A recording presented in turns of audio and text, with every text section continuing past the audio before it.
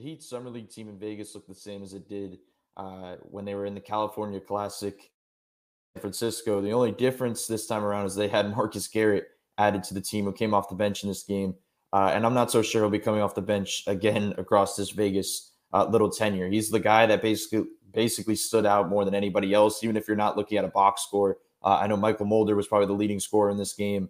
Orlando Robinson had some moments.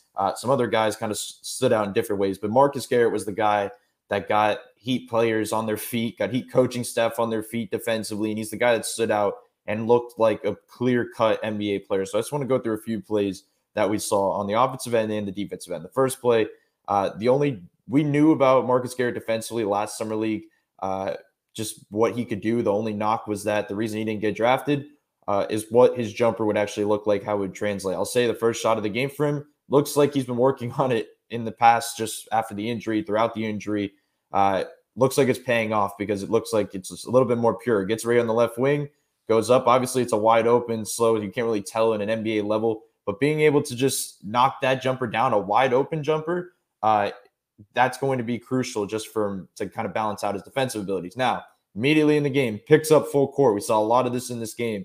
Contains, swipes. He's going to contain, keeps sliding his feet, keeps swiping his arms. And the biggest thing about him is just his wingspan is so long and his hands are so active that he just finds ways not to foul somehow and just continually hit the ball over and over when a guy's dribbling. It's really a gift because I just haven't seen a guy, at least in summer league levels, just be able to swipe at the ball this many times. Right here, you're going to see it the last time around. As I go back a little bit, gives that final swipe as he makes that pass. He ends up fouling Marcus Garrett going the other way. But that stuff's just so impressive. Now, this was the real highlight one, a big one right here. He's riding him all the way down, staying with him, not able to get by, gets his hands on it right there, gets his hand on it again. Then, as I want to go back and just slow this down a little bit, take this piece by piece. After he gets that second swipe right here and goes back, you're going to see right here, he tips it back, starts running left because he thinks he's going to go on the break. He's still there. Now he loses it. It goes out of bounds. That type of stuff is just so impressive. Like, it's one thing to break it down slowly or look at stuff, but for a guy to move his feet like that, contain with his arms and swipe at the ball, not get any type of arm or body there to kind of get the foul call with a whistle. It's just impressive stuff. Like, he is an NBA level defender. So it'll be interesting to see what they do with him in terms of that, just moving forward with contract type stuff. Because right now, obviously, he's not on any type of contract with the Heat at the moment. Now, offensively, they have a bunch of guards. They have a bunch of different things that they go to offensively. It's all a lot of pick and roll stuff with the guards creating. A lot of it hasn't really looked great at times with some of their guards.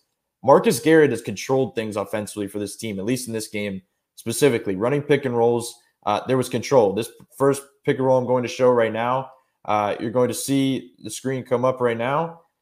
He's going to slip it a little bit. He rolls. Now he gets it. He's physical, gets his body into him and lays it up. It's a tough finish.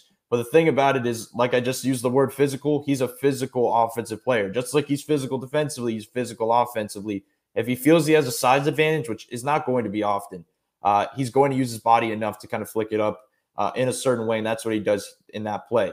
Now, there's times where there's physicality to try to just find an advantage, and there's also physicality when it's absolutely necessary, which is right here. Pick and roll, he's going to wait it out, bumps his guy, gets to his right, lays it in off the backboard. That is an NBA-level offensive pick and roll type play. When you're able to kind of control this, I should go back and just show it one more time.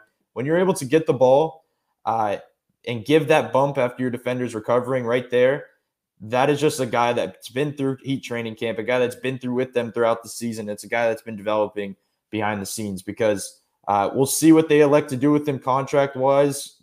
I think he's definitely in line for a two-way. If not, if they make some moves and there's guys being sent out, I think he has a chance of being kind of sent in at the bottom of the roster like we've seen with a lot of their guys in the past that are rotation players now.